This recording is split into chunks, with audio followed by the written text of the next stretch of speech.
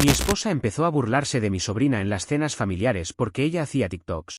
Entonces, para vengarse, mi sobrina subió un TikTok diciendo que no le gusta que se burlen de sus vídeos, en especial su tía Clara, es decir, mi esposa, porque estando casada, lleva 5 años siéndome infiel con un compañero del trabajo. Ahí estaba yo, parado en la cocina a medianoche frente a un plato de lasagna tibia, viendo cómo el grupo de WhatsApp familiar se convertía en una zona de guerra mientras mi esposa hiperventilaba en la sala llamando a su pastor. La mujer que había pasado los últimos 7 años pontificando sobre la castidad, la rectitud y la modesta decencia de nuestro hogar, acababa de ser expuesta mundialmente por una adolescente con un teléfono y una cuenta en TikTok. Honestamente, contemplando las capturas de pantalla flotando en mi pantalla con sellos de hora indiscutibles, todavía no entiendo bien por qué camino tan estrambótico terminamos varados en semejante espectáculo. Llevaba exactamente 7 años casado con Clara y si le preguntabas a cualquiera en nuestro círculo social, ambos proyectábamos la imagen perfecta de un matrimonio modélico. Ella se encargaba de pulir esa narrativa en cada evento al que asistíamos, colocándose siempre en una especie de pedestal moral invisible desde el cual juzgaba el comportamiento ajeno. Durante todo ese tiempo, soporté con paciencia casi bíblica sus miradas por encima del hombro y sus sermones semanales sobre la madurez que a mí supuestamente me faltaba. Yo prefería mantener una postura de perfil bajo para evitar conflictos innecesarios en la convivencia diaria, asumiendo que sus exigencias eran simplemente rasgos de una personalidad estricta. Jamás sospeché que detrás de toda esa vestidura de pureza y decoro se escondía una arquitectura de engaño impecablemente meditada. La dinámica en nuestra casa siempre estuvo marcada por su afán de corregir a los demás mientras exigía una devoción absoluta hacia sus estándares. Si un vecino escuchaba música alta o si un primo lejano tomaba una cerveza de más en una reunión, Clara era la primera en soltar un suspiro melodramático y lamentar la falta de valores en la sociedad actual. Yo solía asentir en silencio, sirviendo café y dejando que sus monólogos sobre la pulcritud espiritual se extinguieran por sí solos. En el fondo, me parecía una exageración ridícula, pero pensaba que era inofensiva mientras se limitara a juzgar desde la comodidad del sofá. Poco me imaginaba yo que esa necesidad compulsiva de señalar las faltas ajenas era tan solo la pantalla de humo que usaba para ocultar sus propias grietas. La realidad, como vendría a descubrir más tarde de la forma más pública posible, era rotundamente distinta a la fábula que ella vendía. Durante 5 largos años, prácticamente la mayor parte de nuestro matrimonio, Clara mantuvo un romance clandestino con Ángel, un compañero de su misma oficina. Mientras a mí me reprochaba el menor olvido cotidiano o la falta de un tono lo suficientemente solemnizado al hablar de la vida, ella coordinaba escapadas a mediodía mediante mensajería privada. Se aseguraba de proyectar la imagen de una profesional intachable que salía a almorzar con colegas del departamento de contabilidad. Yo confiaba plenamente en ella, al punto de dejar intacta su privacidad porque entendía que el respeto mutuo era el pilar de un hogar sólido. La bomba de tiempo comenzó a acelerar su tic-tac un domingo por la tarde, cuando organizamos una gran cena familiar en nuestra propia casa.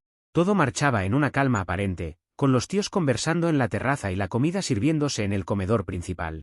Clara vestía su ropa más distinguida y actuaba como la anfitriona perfecta, repartiendo sonrisas meditadas y dictando lecciones sobre la elegancia que debía predominar en la mesa.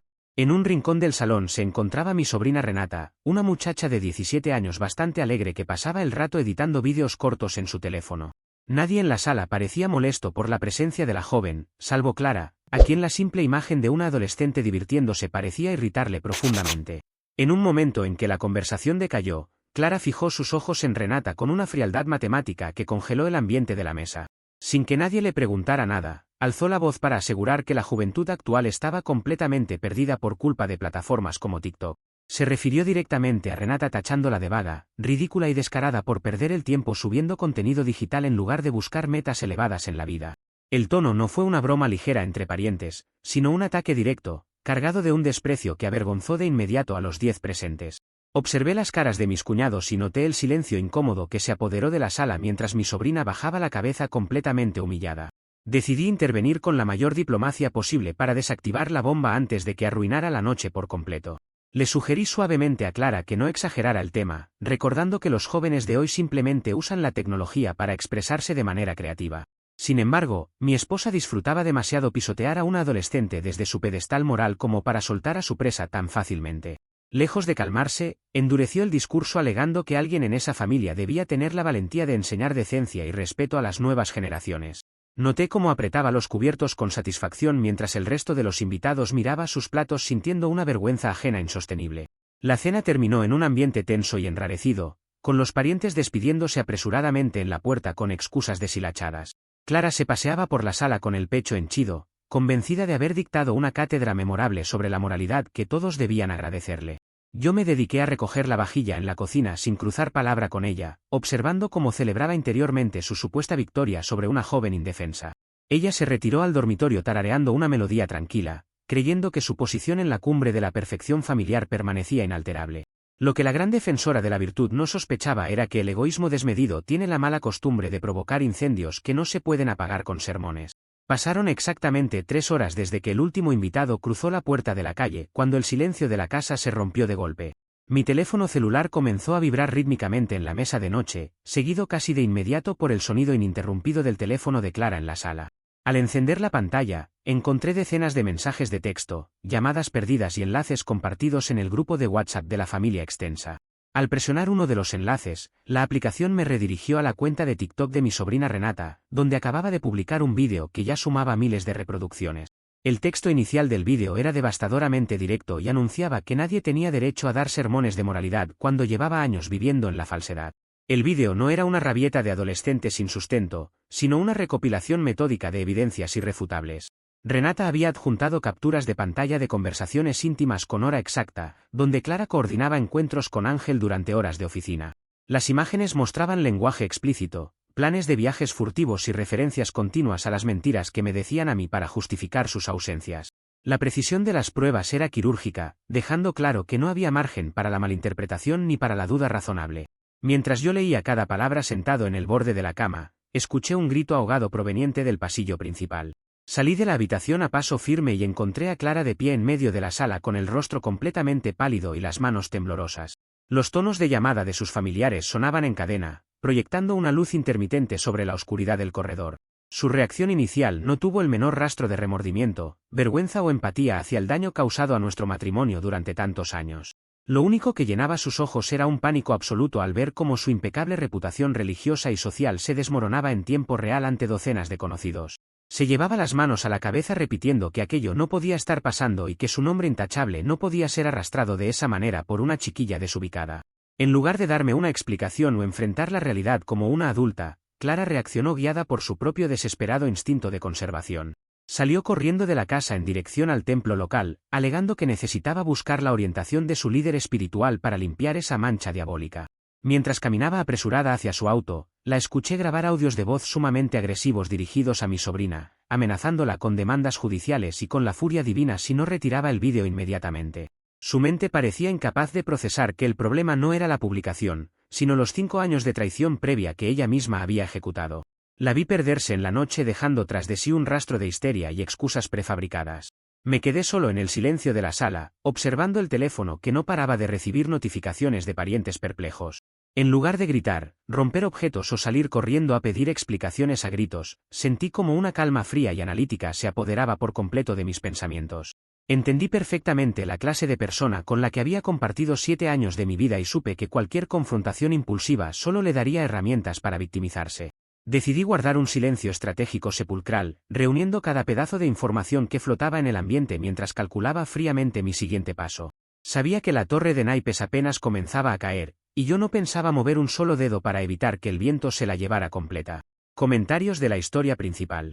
Usuario Anónimo 1 dice, increíble cómo pasó de dar discursos sobre los peligros morales de las redes sociales a convertirse en la protagonista estelar del feed familiar.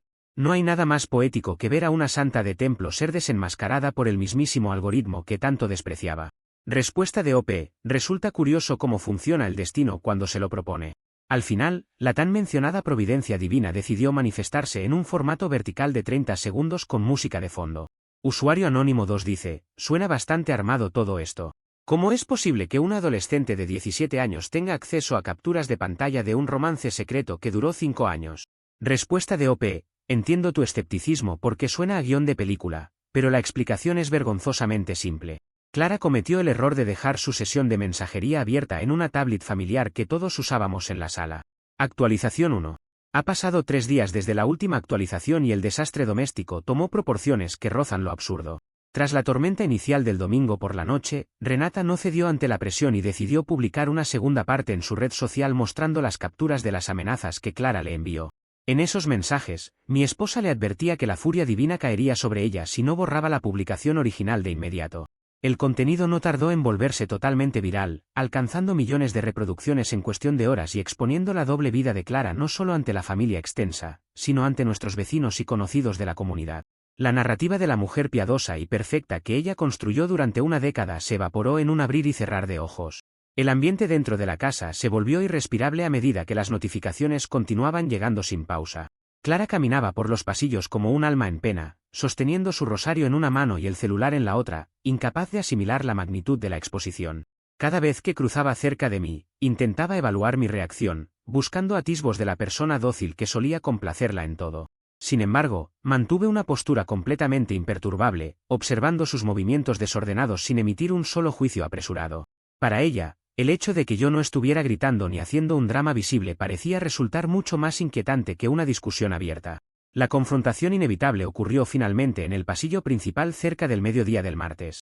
Sin perder en ningún momento la compostura ni alzar la voz, me paré frente a ella y le pedí que me explicara la presencia de Ángel en su vida durante los últimos 5 años. Lejos de asumir una responsabilidad madura, Clara soltó una serie de excusas desarticuladas alegando que todo se trataba de pruebas que el demonio me puso para tentarme en mi camino. Escuché cada una de sus palabras en absoluto silencio, viendo cómo la mentira se retorcía sobre sí misma en un intento desesperado por no tocar el suelo. Cuando terminó su monólogo sobre la debilidad humana y las conspiraciones espirituales, simplemente me limité a sentir despacio. No entré en un debate sobre teología ni le recriminé el tiempo perdido, pues entendí que las palabras sobraban ante semejante nivel de cinismo. Me di la vuelta, ingresé a la habitación principal y procedí inmediatamente a cambiar la cerradura de la puerta usando un kit de herramientas que tenía guardado. Clara observó el proceso desde afuera con los ojos desorbitados, golpeando la madera mientras aseguraba que yo no tenía derecho a excluirla del espacio sagrado del hogar. Una vez asegurado mi espacio personal dentro de la vivienda, tomé la decisión de actuar con la cabeza fría en el terreno legal.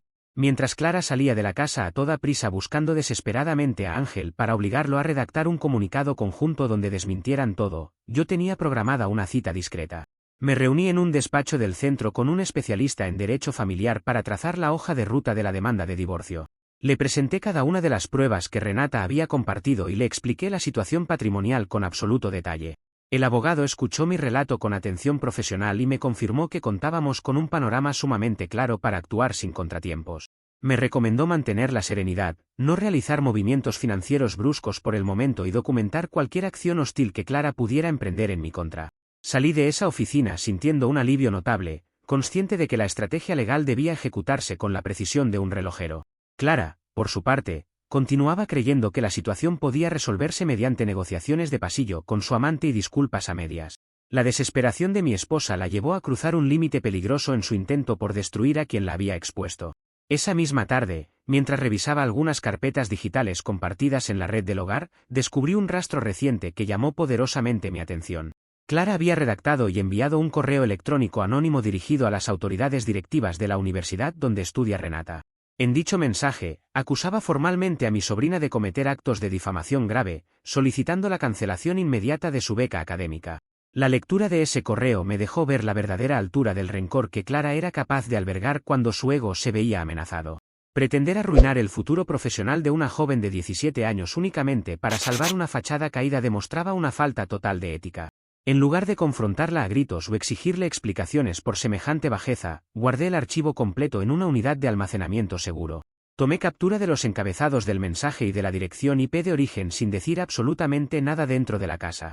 Toda esa evidencia de acoso sistemático fue entregada directamente a mi equipo legal esa misma noche para ser anexada al expediente del divorcio. Mi abogado esbozó una sonrisa sobria al revisar los documentos, señalando que este tipo de conductas hostiles jugaban totalmente a nuestro favor ante un juez. Clara permanecía ajena a este movimiento, convencida de que su maniobra anónima había sido un golpe maestro ejecutado en la sombra. Ella continuaba encerrada en la habitación de visitas, hablando por teléfono en susurros y planificando comunicados que nadie estaba dispuesto a creer. La dinámica entre los parientes se volvió aún más clara con el paso de las horas, dividiendo las opiniones de forma drástica. Quienes antes escuchaban los sermones de Clara con resignación, ahora comentaban abiertamente la ironía de su caída en las reuniones familiares. Mi suegra intentó llamarme para interceder por su hija, alegando que todos merecemos una segunda oportunidad cuando cometemos un error de juicio. Le respondí con una cortesía helada, explicándole que los errores duran 5 minutos, pero las decisiones meditadas duran 5 años. Ángel, por su parte, comenzó a dar muestras claras de pánico ante la presión mediática y familiar que se generó a su alrededor. Según los rumores que me llegaron de algunos conocidos en común, el hombre se negaba rotundamente a firmar el comunicado conjunto que Clara pretendía redactar. Él entendía perfectamente que vincular su nombre a una declaración falsa solo empeoraría su posición dentro de la empresa donde ambos trabajaban. La alianza entre los dos amantes comenzó a fisurarse rápidamente bajo el peso de sus propios intereses individuales. Cerré el tercer día de esta crisis sentado en el escritorio de la habitación principal, revisando minuciosamente los documentos de nuestra propiedad compartida. Clara pasó por la puerta cerrada en varias ocasiones, dejando notas por debajo del marco donde me pedía que recapacitara por el bien de la paz del hogar. Leí cada nota, las archivé junto al resto del expediente y continué organizando los papeles con una tranquilidad absoluta. La tormenta apenas estaba comenzando a tomar fuerza, pero yo ya tenía el mapa completo de la ruta que pensaba seguir. Comentarios de la actualización 1. Usuario anónimo 1 dice: hay que ser de verdad muy genio para intentar enviar un correo anónimo para arruinar la beca de alguien desde la propia red de tu casa. Apuesto lo que sea a que usó su correo personal o dejó algún rastro ridículo por no saber cómo funciona el Internet. Respuesta de OP: tu intuición no falla en absoluto. El nivel de torpeza fue tal que olvidó desvincular la firma automática con su nombre y cargo profesional que tenía configurada en el gestor de correo.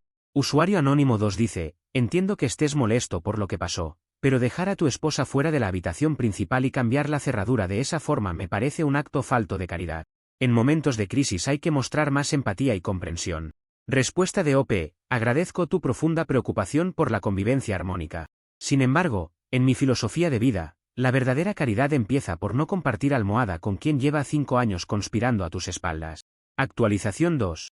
Ha pasado 2 semanas desde la última actualización y el terreno profesional de mi esposa terminó por desplomarse de forma definitiva.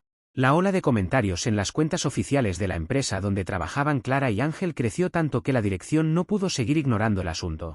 Decenas de usuarios exigían una postura firme ante 2 empleados que utilizaban horas y recursos laborales para gestionar un romance clandestino. Ante la presión mediática insostenible, el Departamento de Recursos Humanos se vio obligado a abrir un expediente disciplinario formal para investigar a fondo la conducta de ambos. La noticia de la investigación interna cayó como un balde de agua fría sobre la ya frágil relación entre Clara y su amante. Ángel, aterrorizado ante la perspectiva real de perder su empleo, su reputación corporativa y la pensión que llevaba años acumulando, entró en pánico total. Su supuesta lealtad hacia Clara se evaporó en el instante preciso en que sintió la amenaza directa sobre su propio bolsillo. En un movimiento desesperado por salvar su propio cuello y presentarse como una víctima manipulada, decidió adelantarse a los acontecimientos. Sin avisar a Clara ni consultar con ningún abogado, Ángel se presentó voluntariamente ante el Comité de Ética de la compañía con un archivo digital masivo. Entregó de forma metódica todos los correos electrónicos íntimos, mensajes institucionales y registros de horarios que había intercambiado con ella durante los últimos 5 años. Su intención era demostrar que Clara era la instigadora principal de la relación y que él solo había actuado bajo cierta coacción emocional. Al intentar justificarse, terminó proporcionando la prueba documental perfecta que la empresa necesitaba para actuar. La resolución de la compañía no se hizo esperar y el resultado fue absolutamente devastador para mi esposa. El comité disciplinario dictaminó el despido inmediato de Clara por conducta deshonesta, grave falta a la ética corporativa y uso indebido de los recursos tecnológicos de la empresa. Salió de la oficina esa misma tarde escoltada por el personal de seguridad, llevando sus pertenencias en una caja de cartón bajo la mirada atenta de sus antiguos compañeros. Ángel no corrió con mejor suerte del todo, pues aunque evitó el despido fulminante, quedó congelado en su puesto y bajo un sumario administrativo severo. De regreso a la casa, completamente acorralada y sin ingresos fijos, Clara activó un plan de contención dictado por su incalculable ego. En lugar de buscar asesoría laboral o intentar asimilar la pérdida de su empleo de manera sensata, su prioridad absoluta seguía siendo salvar su imagen pública. Decidió que la única forma de limpiar su buen nombre era contratando a una agencia de relaciones públicas y a un asesor de imagen privada sumamente costoso. Para financiar semejante despropósito, asumió que podía disponer libremente de las finanzas familiares sin mi consentimiento. La tarde del jueves, mientras trabajaba en mi escritorio, decidí ingresar de rutina al portal bancario para verificar los saldos de nuestras cuentas. Noté de inmediato un intento de transferencia bancaria por una suma considerable hacia una firma de consultoría estratégica y manejo de crisis. Clara estaba intentando vaciar nuestros ahorros compartidos de varios años para pagar los honorarios de un profesional que le prometía borrar sus rastros en Internet. La frialdad con la que pretendía utilizar el dinero de ambos para financiar su vanidad fue el catalizador que aceleró mis acciones legales. Reaccioné con la rapidez y la precisión que exige una situación de emergencia financiera. Exactamente 5 minutos después de detectar la transacción pendiente, me puse en contacto telefónico con mi abogado para informarle sobre la maniobra en curso. Le envié las capturas del portal bancario y le solicité la ejecución inmediata de las medidas cautelares que habíamos preparado días atrás. Mi equipo legal se movilizó con una eficacia impecable ante el juez de familia. Gracias a la intervención judicial oportuna, logramos congelar las cuentas bancarias familiares antes de que la transferencia fuera procesada por el sistema. El juez emitió una orden de bloqueo preventivo sobre todos los fondos compartidos para evitar la dilapidación de los bienes del matrimonio durante el proceso de divorcio. Al mismo tiempo, mi abogado procedió a notificar formalmente a Clara con la demanda de divorcio por la vía contenciosa. Junto con la notificación del divorcio, el tribunal concedió una serie de medidas cautelares diseñadas para asegurar la vivienda y garantizar mi tranquilidad. La orden judicial estipulaba el uso exclusivo del inmueble a mi favor mientras durase el litigio, prohibiendo a Clara realizar modificaciones patrimoniales o disponer de las pertenencias de la casa. Clara recibió la notificación de manos del actuario judicial en la puerta principal, viéndose obligada a firmar la recepción con la cara desencajada por la sorpresa. Ver la reacción de Clara al darse cuenta de que no podría tocar un solo centavo de las cuentas fue un momento revelador sobre su escala de prioridades. No lloró por la pérdida de nuestro proyecto de vida en común ni por el dolor causado a la familia durante años de falsedad. Su rabia se centraba exclusivamente en que el contrato con el asesor de imagen había quedado cancelado por falta de pago. Gritaba en la sala que yo la estaba dejando indefensa ante la persecución mediática de la que se sentía víctima. Escuché sus reclamos desde el otro lado del pasillo con la misma serenidad con la que he manejado todo este proceso desde el primer día. No caí en la trampa de responder a sus provocaciones ni de entrar en discusiones estériles sobre la justicia o la lealtad. Me limité a recordarle que las acciones individuales conllevan consecuencias legales precisas y que el tribunal se encargaría de definir el destino de cada propiedad. Su estrategia de control se desmoronaba a paso firme mientras la realidad la alcanzaba sin piedad. Clara tuvo que recoger algunas prendas básicas e irse a hospedar en la casa de una conocida que aún aceptaba escuchar sus lamentaciones. La vivienda quedó finalmente en un silencio pacífico que no experimentaba desde hacía muchísimos años. Con las cuentas congeladas, el proceso de divorcio notificado y las medidas de protección vigentes, tomé una taza de café en la cocina totalmente despejada. Tenía la certeza absoluta de que el juego de apariencias había llegado a su fin y que cada ficha estaba cayendo en su lugar exacto. Comentarios de la actualización 2. Usuario Anónimo 1 dice, el tal Ángel resultó ser el sospechoso más cobarde de la historia de los dramas corporativos. Parecía un criminal de película barata que se quiebra y canta absolutamente todo en el primer minuto del interrogatorio para pedir un vaso de agua. Respuesta de OP, la analogía es sorprendentemente exacta. Lo más cómico fue que entregó archivos adjuntos y capturas adicionales que ni siquiera la Comisión de Ética le había llegado a solicitar en el requerimiento inicial. Usuario Anónimo 2 dice, hay que tener las prioridades bastante desordenadas para intentar gastarse los ahorros compartidos en un asesor de imagen en lugar de contratar a un buen abogado laboralista. Realmente la obsesión por las apariencias destruye cualquier rastro de sentido común. Respuesta de OP, ese detalle resume a la perfección la mentalidad con la que conviví durante 7 años. Para ella siempre fue infinitamente más importante pulir la foto de portada que revisar el desastre que tenía adentro. Actualización 3. Ha pasado 2 meses desde la última actualización y los acontecimientos alcanzaron su punto de mayor dramatismo social en el lugar que Clara consideraba su fortaleza inexpugnable. El proceso judicial de divorcio avanzaba de manera constante a través de los escritos presentados por los abogados, mientras ella continuaba buscando desesperadamente un escenario donde recuperar su estatus. Decidió que el mejor lugar para ejecutar su redención fingida era el templo dominical al que solíamos asistir como familia. Se presentó en el culto de la mañana luciendo su atuendo más sobrio, con la clara intención de montar un espectáculo de piedad que doblegara mi postura. Durante el desarrollo del servicio, Clara no esperó a que la ceremonia concluyera formalmente para realizar su jugada de manipulación masiva. Caminó hacia el altar frente a cientos de feligreses y le exigió interrupción mediante al pastor principal de la congregación. Con lágrimas ensayadas en los ojos, pidió públicamente que el líder espiritual me obligara a perdonarla allí mismo frente a todos. Exigió además que el pastor tomara el micrófono para reprender abiertamente a mi sobrina Renata, tachándola de difamadora y herramienta del mal por haber expuesto la situación en redes sociales. Lo que Clara desconocía por completo era que la comunidad religiosa ya no habitaba en la ignorancia sobre sus verdaderas acciones. Un par de días antes, el papá de Renata, profundamente indignado por el intento de arruinar la beca académica de su hija, había filtrado los audios de voz completos que Clara envió. En esas grabaciones se escuchaba con total claridad la frialdad con la que mi esposa planificaba dejar a su propia sobrina sin estudios universitarios para proteger su imagen. Los miembros del templo habían escuchado cada palabra y estaban perfectamente al tanto del veneno que ocultaba su sonrisa piadosa. El murmullo de indignación recorrió las bancas de la iglesia mientras Clara continuaba su discurso de victimización sobre el escenario. Varios líderes comunitarios se miraban con evidente incomodidad, sorprendidos por la falta absoluta de arrepentimiento sincero que demostraba la mujer.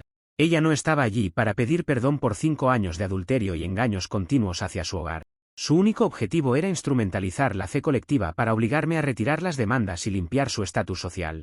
El pastor, un hombre maduro con años de experiencia en la gestión de conflictos humanos, escuchó sus exigencias con un semblante sumamente grave. Evaluó el rechazo masivo de los asistentes y la evidente ausencia de una contrición verdadera en la actitud de Clara. Con una calma firme pero categórica, rechazó tomar el micrófono para condenar a Renata o presionarme a mí para una reconciliación forzada. Le explicó a Clara que la fe no se utilizaba como un escudo para evadir las responsabilidades terrenales ni para pisotear a la propia familia. Ante la mirada atónita de los presentes, el pastor le solicitó amablemente a Clara que se retirara del recinto sagrado en ese mismo instante. Le indicó con claridad que no debía regresar a las reuniones dominicales hasta que no sanara profundamente las consecuencias de sus actos y pidiera perdón a las personas que había intentado perjudicar.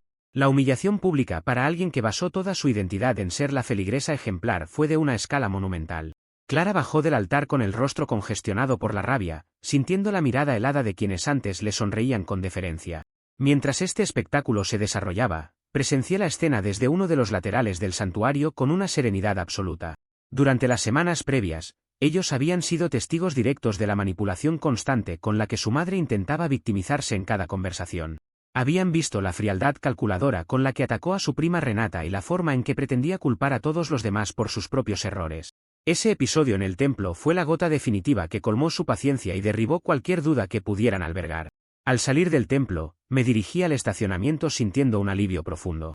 Me explicaron que no estaban dispuestos a seguir tolerando los chantajes emocionales de su madre ni a participar en sus montajes mediáticos. Manifestaron claramente su deseo de interrumpir cualquier contacto con ella hasta que decidiera actuar como una persona responsable. Para mí, escuchar sus palabras representó la confirmación de que la verdad había prevalecido de forma natural en el núcleo más importante. Esa misma tarde, el papá de Renata me acompañó a la oficina de mi abogado para sumar su testimonio al expediente judicial. Decidió firmar las declaraciones correspondientes donde respaldaban la reconstrucción de los hechos y confirmaban la convivencia insostenible generada por la conducta de Clara. Su apoyo espontáneo fortaleció la posición legal de nuestro lado de una forma absolutamente determinante. Clara se quedó de golpe sin el último recurso de chantaje que pretendía utilizar para presionar una negociación favorable. La estampa final de ese domingo quedó grabada en mi memoria con una claridad impecable que refleja la justicia de los acontecimientos. Desde la ventana del automóvil, vi a Clara atravesar el estacionamiento del templo completamente sola. Sin el puesto de trabajo que tanto presumía, con la reputación de santa reducida a cenizas y habiendo perdido el respaldo de toda su familia en un solo movimiento, su caminata lucía derrotada. Su andar erguido y soberbio había desaparecido por completo, reemplazado por la prisa de quien intenta huir de sus propios fantasmas. Me mantuve al margen durante todo el trayecto de regreso a casa, sintiendo la brisa fresca sobre el rostro. La atmósfera en el auto era de un alivio profundo, como si un aire fresco hubiera entrado finalmente a limpiar años de tensión acumulada. Ninguno de nosotros sentía el deseo de celebrar el dolor ajeno, pero sí experimentábamos la satisfacción de haber salido de una mentira sofocante. La calma que tanto habíamos buscado comenzaba a instalarse de forma definitiva en nuestras vidas. Clara intentó enviar algunos mensajes esa noche desde números desconocidos, buscando culpar al pastor, a Renata y a los parientes de conspirar en su contra. No respondí a ninguna de sus provocaciones y me limité a adjuntar los registros de llamadas a la carpeta que el abogado revisaba diariamente. La brecha entre su realidad inventada y el mundo real era ya tan profunda que ningún argumento lógico podía alcanzarla. La contienda legal avanzaba hacia su fase final con un destino absolutamente predecible. Comentarios de la actualización 3. Usuario anónimo 1 dice, menudo espectáculo debió ser esa escena en la iglesia. Me meo de la risa pensando si el pastor no aprovechó el momento de la colecta para juntar algo de dinero y pagarle el asesor de imagen que tanto necesitaba Clara. Respuesta de OP. Para decepción de Clara, la administración de la iglesia prefirió no comprometer los diezmos de la comunidad en financiar causas perdidas o lavar reputaciones deterioradas. Usuario anónimo 2 dice, me pasó algo sumamente parecido con un familiar lejano que se creía el centro moral del universo. Es alucinante la cara de pánico que ponen este tipo de manipuladores cuando los hijos crecen, abren los ojos y se niegan a seguir siendo rehenes de sus mentiras. Respuesta de OP. Agradezco mucho que compartas tu experiencia porque describe exactamente lo que vivimos.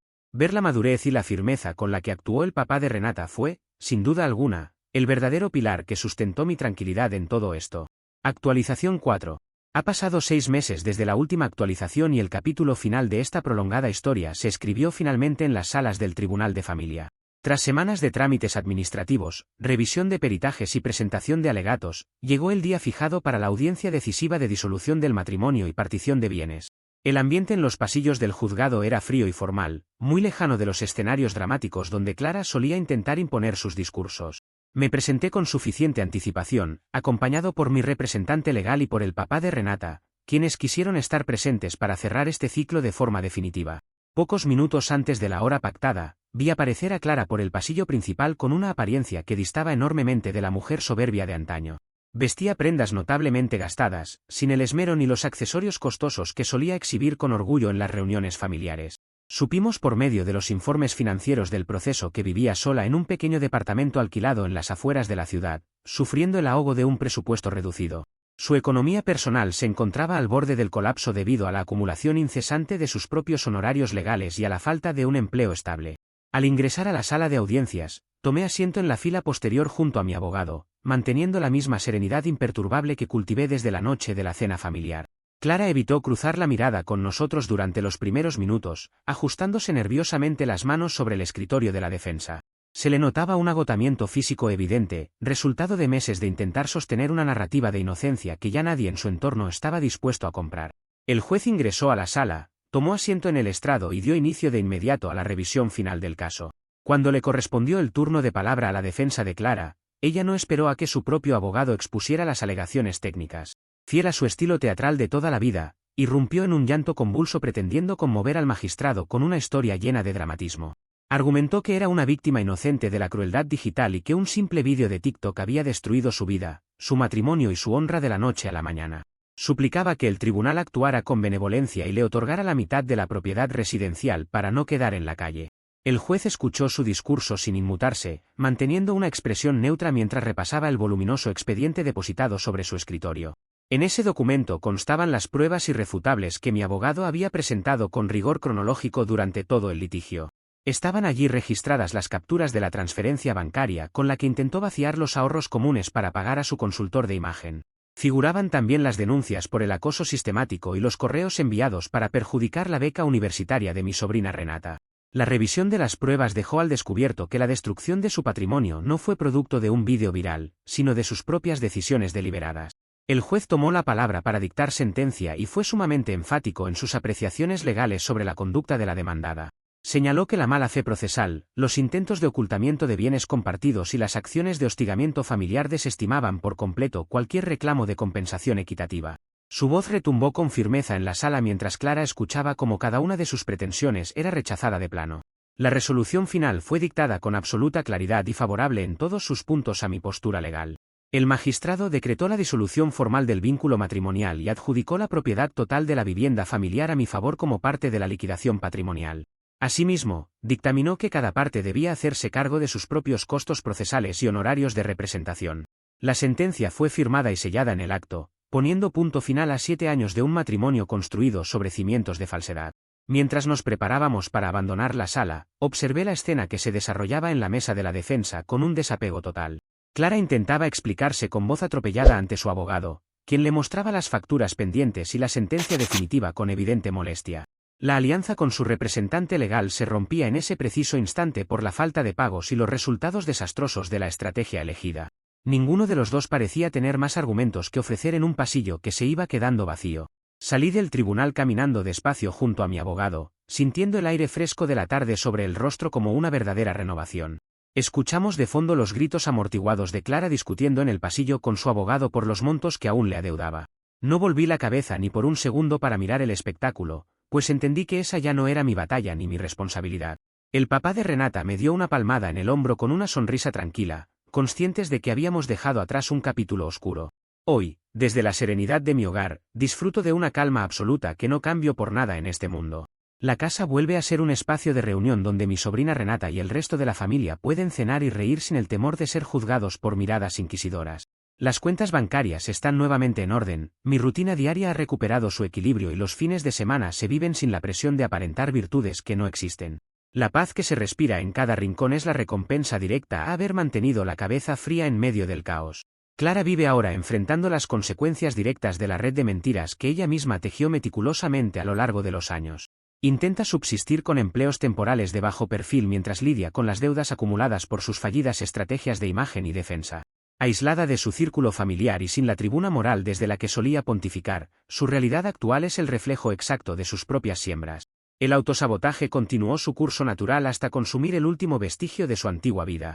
Miro hacia atrás y me queda una lección cristalina sobre la naturaleza del ego y la justicia en las relaciones humanas. Clara no cayó por culpa de un vídeo de TikTok publicado por una adolescente en un momento de rabia justificada. Su derrumbe ocurrió porque la gigantesca torre de mentiras, manipulación y superioridad moral que construyó durante años terminó colapsando irremediablemente sobre ella misma. Yo simplemente me limité a dar un paso al costado en el momento oportuno para dejar que la gravedad hiciera su trabajo impecable.